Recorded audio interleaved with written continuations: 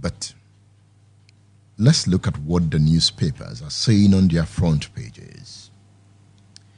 Jubilation in Osun as tribunal declares Adeleke governor-elect. Buhari inaugurates committee to nurture legislative judicial autonomy. You'll find that on the front page of this day. UK, French defense chiefs visit Nigeria, commit to war against terrorism. We feel strongly that we need to fight for Nigeria and West Africa. Who wants to fight for us? The UK and the French defense chiefs? Tension as governorship rerun elections hold in 4 states: Sokoto, Benue, Plateau, Kano on cliffhanger. Buhari denies working to influence voters. Wike military prying in 2019 elections, worst in history. Kehinde Ayoola, it's good to have you on State Affairs. It's good to be here, Edmund. Thank you very much for having me. After all the kicking, after all the scheming, your man has emerged. How do you feel? Well, fulfilled, happy and grateful to God on behalf of the people of your state who have suffered for so long under executive recklessness, under arrogance in power, and under a cluelessness, the type that we have never seen in the annals of Oyo State. This is Shea marking this time. It is, by the grace of God and the support of the people. Good times are with the people? I agree, so I should think so, yes. Yes. We have been planning this. We've had a blueprint all along, and we were able to sell it to the people, and I think they will begin to see the most progressive government since Ayoola and Bolaige and Lamadishino. But I'm confused about you. Are you a member of the PDP or SDP? Well, now I'm a member of PDP now. We used to be in SDP. There was a decoy strategy that we employed that made you see me as a member of SDP. It was part of the grand strategy to win this election, and we thank God everything came together at the end. You know, I need to bring you on a personal ground. You need to tell me about these strategies, everything that happened behind the scene.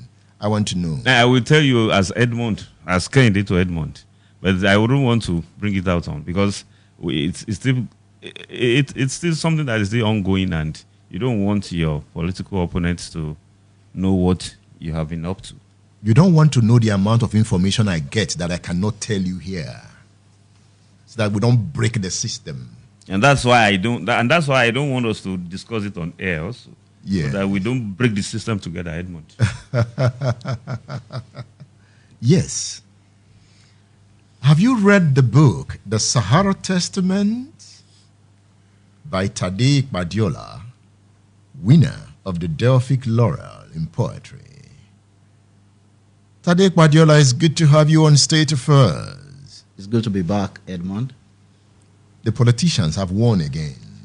Well, I think the people have won in some parts of the country. The politicians have won in some other parts. Do the people win here? I would like to think so. It's always tempting to politicians to think they won. Okay. It's up to the people to remind them that we make any winning possible. You know, sometimes I get angry when I see them celebrating victory. I say, no, you are not the one who made this victory. You know, they tend to the politicians overrate themselves. Yes, they feel they are the ones who gave Shea Makinde victory. Indeed. This last election in Oyo State is a test case, I like to think, in what the people can do if they really determined to do so.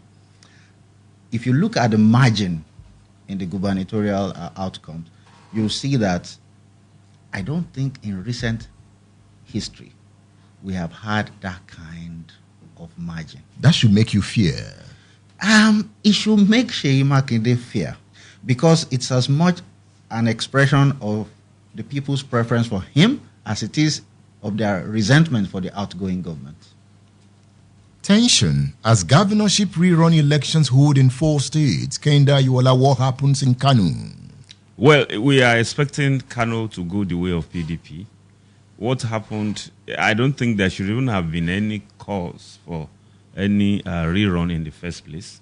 And if the consequent court, the appellate, I think the appellate court and so on, if they uphold the Oshun judgment of yesterday, it's going to be a kind of locus classicus in this matter, because it may be that rerun elections would no longer be necessary, because in the judgment of yesterday, the justices decided to cancel the rerun results and face the proper one, in which case, at the first ballot, the PDP man in Oshun was adjudged to have won anyway, so there's no need for it. So in Kano, in the specific case of Kano also, after 43 local governments, you cannot say one local government is insignificant, no.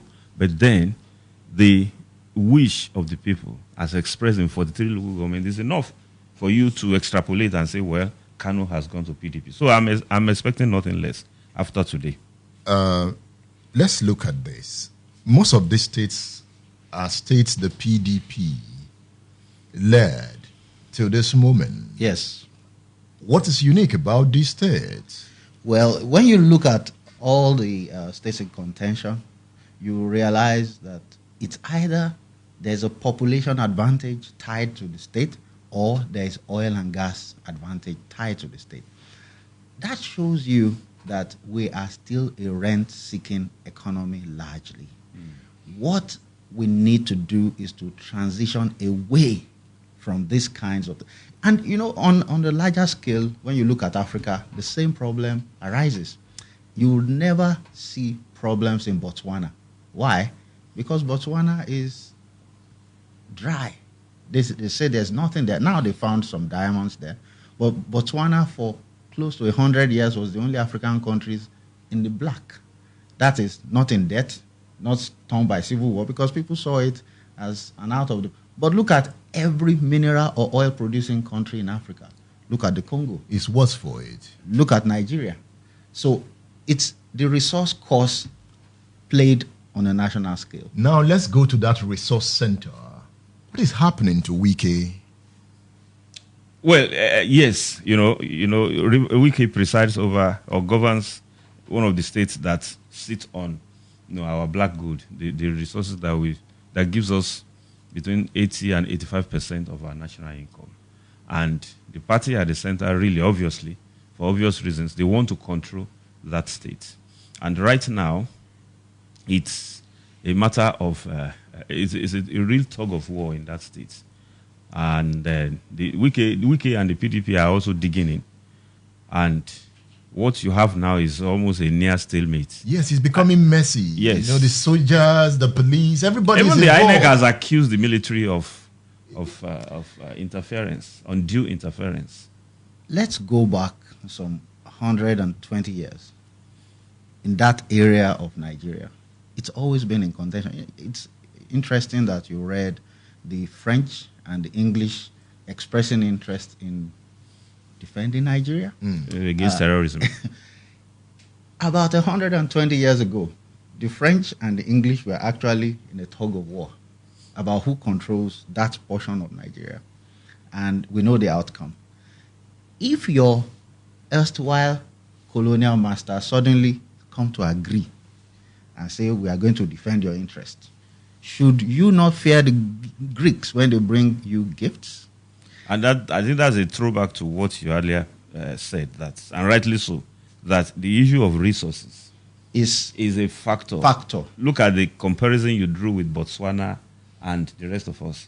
It is a factor. And if 120 years ago, we are now back at where we started, there is trouble, and we should think.